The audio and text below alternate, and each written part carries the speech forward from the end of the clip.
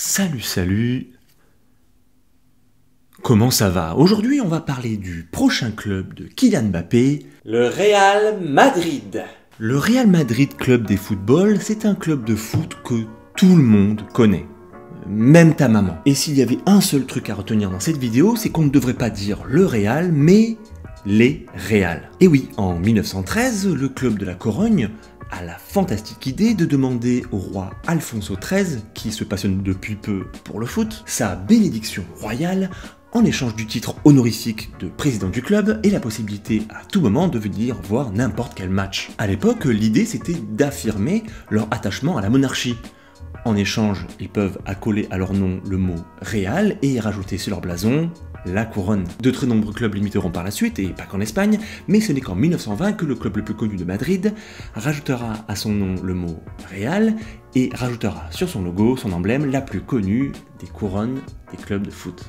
Pour ce qu'il s'agit du match, j'ai choisi un classico et pas n'importe quel, celui de 1953, une victoire 5-0 du Real face au Barça. Et pour comprendre mon choix, tout d'abord un petit peu d'histoire. En 1948, le club obtenait le pire classement de son histoire, à savoir la 11e place sur 14. Ouais, c'est possible, oui, ça peut arriver, ouais.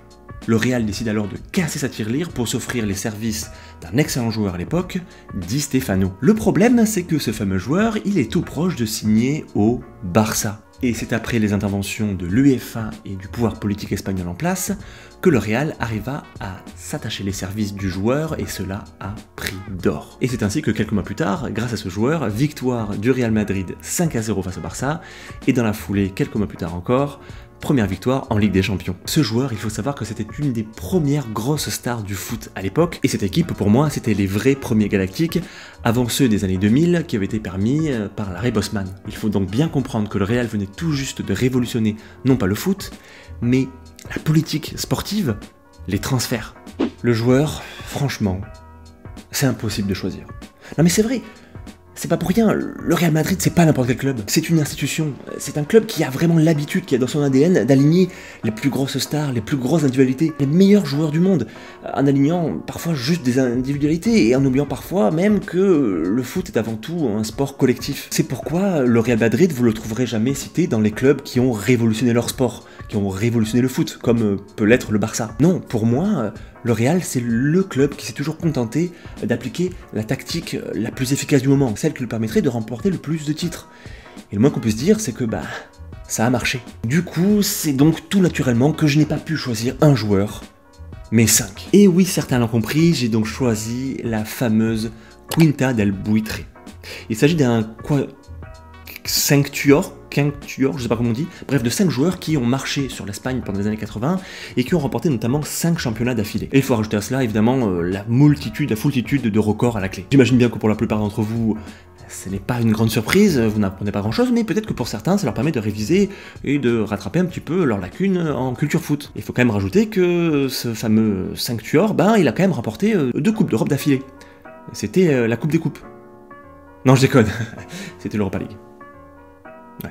Pour ce qu'il s'agit du but, j'ai tout fait, mais alors vraiment j'ai tout essayé, tout tenté pour ne pas parler de ce fameux but, la reprise de volée de Zidane en finale de Ligue des Champions contre le Bayern Leverkusen. Et merde.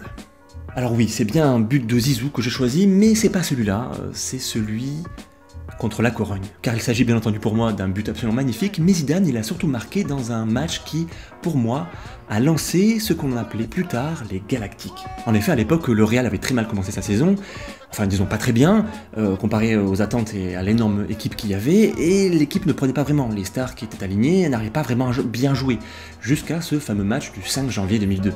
Un match où la magie opère enfin, et tellement bien qu'il aboutira quelques mois plus tard à cette fameuse finale de Ligue des Champions de 2002, et ce fameux but de Zidane en finale. Ouais, on y revient, encore et toujours. Mais j'ai plus rien, il est magnifique ce but, il est magnifique, qu'est-ce que je vous dise là? J'ai plus rien moi. Et voilà, c'est tout pour moi pour cette vidéo, pour cet épisode. Surtout, ne vous abonnez pas, ne commentez pas, ne likez pas, parce que franchement, ça me casserait vraiment les...